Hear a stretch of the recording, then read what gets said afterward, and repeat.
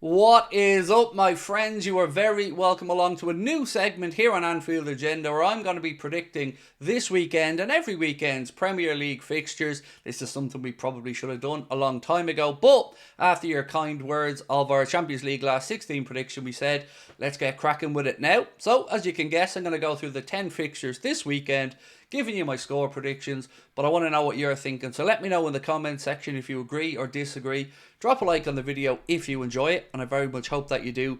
And of course, we'd love you to hit that subscribe button as well. Now, we are heading towards the last 10 games this season, and our end of season party at the Hot Water Comedy Club is now officially on sale. In the first week, we've already done about 50% of the tickets, but don't worry, even if we do sell out at this one, we can move into a bigger theatre.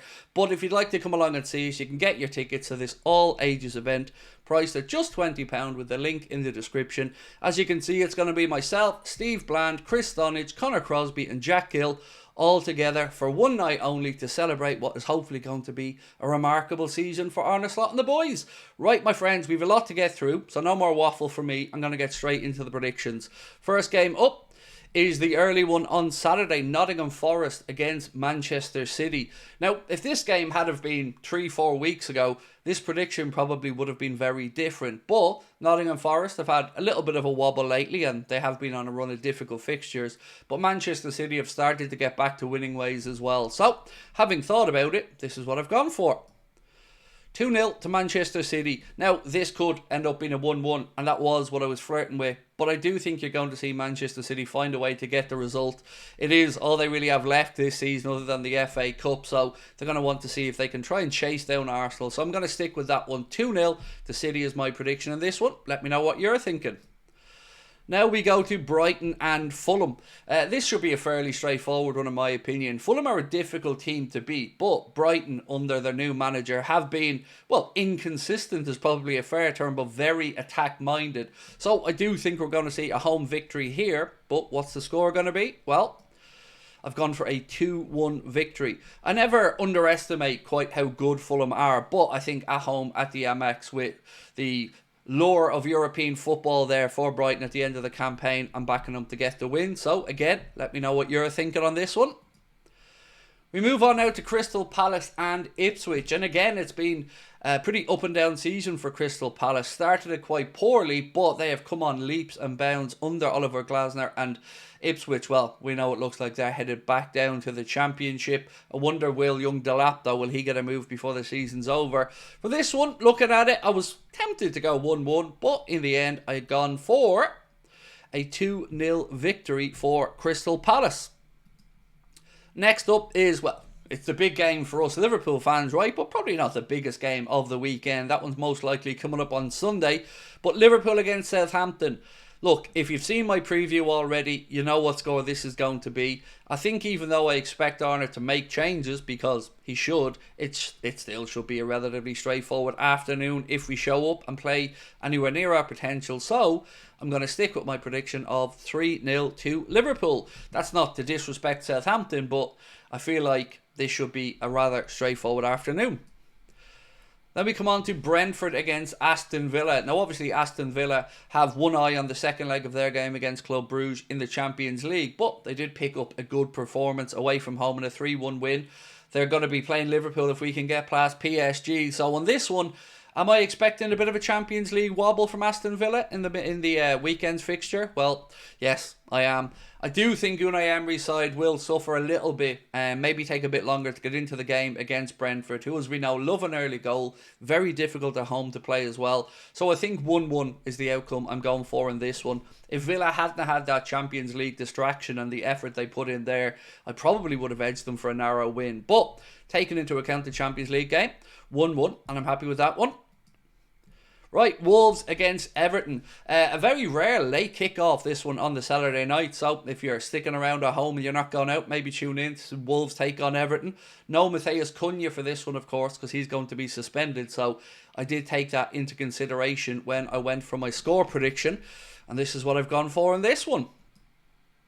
I know, you're surprised, right? I didn't think I was going to be saying 2-1 to Everton either. But, taking into account no Matheus Cunha, I just think Everton, as we've seen under David Moyes, look like a different team. And I think they're going to grind out a difficult away victory and a narrow one. But I do think it's going to be 2-1 to Everton.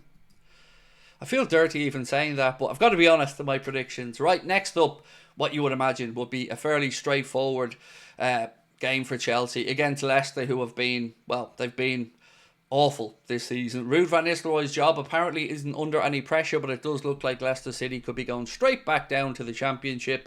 Chelsea, on the other hand, well, they had a difficult away trip in the Europa Conference League, if such a thing exists, against Copenhagen, but we know that they changed their side routinely in that competition, so I think they're going to be far too strong here for Leicester City and Ruud van Nistelrooy. And I'm going for a comfortable 3-0 home victory to Chelsea. Again, love to know in the comment section whether you agree or disagree with that one. I can't see too many people backing anything other than a Chelsea win there. Now though, Spurs against Bournemouth. Spurs, of course, in Europa League action away against AZ Alkmaar, whereas Bournemouth, well, they could prepare for this game all week, and that could be a little bit of a difference. So usually eyeing up this one, I think maybe Spurs at home, but what I've ended up going for is Desmond, a 2-2 draw. Bournemouth could win this, so I was very close to going 2-1 to Bournemouth, but I do think Ange Postecoglou is going to have to try and get something out of these players. At home, Brennan Johnson back for them as well in the last few weeks.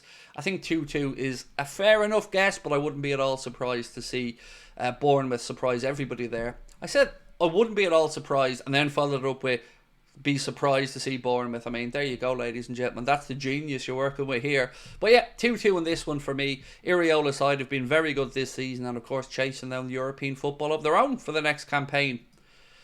And the second to last game of the weekend, and probably the biggest game of Sunday anyway, is Manchester United against Arsenal. Arsenal very comprehensive 7-1 winners over in Eindhoven. Manchester United held 1-1 in Sociedad in their Europa League game. Look, in years gone by, I probably would have edged for a draw here. But in all honesty, Manchester United are absolutely terrible at the minute. And I think their full focus is going to be on the return leg against Sociedad. So I don't know how much effort they're going to really put into this game. There's not much for them to play for in the Premier League other than pride and the fact they're at home. So I'm going for Arsenal to win by 2-1. It could be more than that in all honesty, but I do think Arsenal will get the job done, particularly if we've beaten Southampton the day before. They're going to have to close that points tally a little bit, so I'm going to go for a 2-1 victory to the Gunners. And now to the last game of the weekend, West Ham United against Newcastle United. I don't know where to go with this. So we know Anthony Gordon again will be suspended. We know Hall will be out. Sven Botman will be out.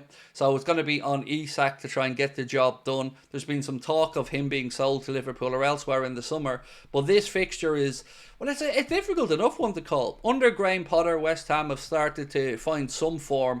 But ultimately, this is what I've gone for in this one. 1-1. I think the amount of players missing for Newcastle may be... I would have gone for Newcastle if they had Gordon, they had Hall, they had the injury concerns that they have.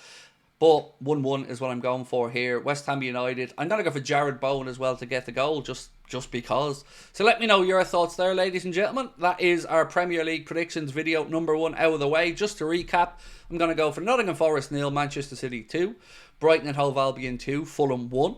Then I'm going to go for Crystal Palace 2, Ipswich 0, Liverpool 3, Southampton 0, 1-1 between Aston Villa and Brentford, Then I'm going to go Wolves 1, Everton 2, a surprise prediction even for me there.